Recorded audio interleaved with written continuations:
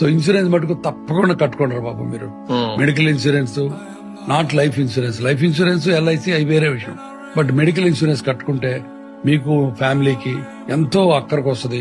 మీరు రేపు ఎక్కడి నుంచి అప్పులు తెచ్చి పెట్టాలి. ఎందుకంటే ఆల్మోస్ట్ నాకు కరెక్ట్ గా స్టాటిస్టిక్స్ తెలీదు, 10 to 20% పీపుల్ హెల్త్ కేర్ కాస్టులు తట్టుకోలేక పావర్టీ కిందకి వెళ్ళిపోతారంట ఇండియాలో.